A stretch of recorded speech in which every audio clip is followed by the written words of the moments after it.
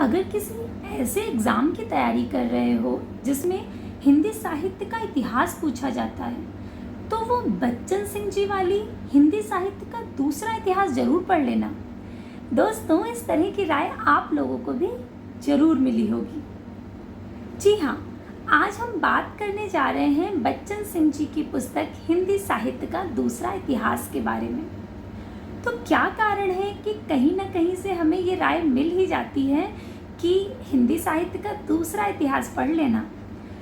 तो मुझे तो ये महसूस हुआ कि इसका कारण है इस पुस्तक की सरल व सहज प्रस्तुति। जब आप इस पुस्तक को पढ़ेंगे तो पाएंगे कि बच्चन सिंह जी ने अत्यंत सरल भाषा में व सहज तरीके से हिंदी साहित्य के इतिहास को समझाने का प्रयास किया है।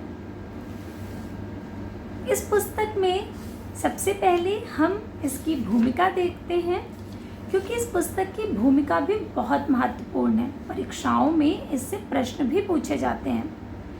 ये इस पुस्तक की भूमिका है।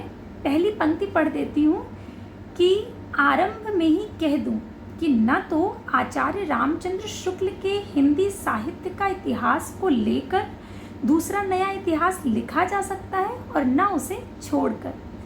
इस तरह से कोई एक पंक्ति दे देते हैं और पूछेंगे कि ये पंक्ति किस लेखक की है। तो अगर आपने भूमिका को अच्छे से पढ़ा है तो आप आसानी से उत्तर दे पाएंगे। इसके बाद मैं विषय सूची दिखा देती हूँ। विषय सूची में सबसे पहले अपभ्रंश काल को रखा है बच्चन जी ने, जिसमें उन्होंने उसे अलग अलग शीर्षक में विभाजित किया है। फिर भक्ति काल, रीति काल और उसके बाद आधुनिक काल है, उसमें भी अलग अलग शीर्षक हैं। तो अगर आप भी हिंदी साहित्य के इतिहास को सरल व सहज तरीके से समझना चाहते हैं तो इस पुस्तक को एक बार जरूर पढ़िए।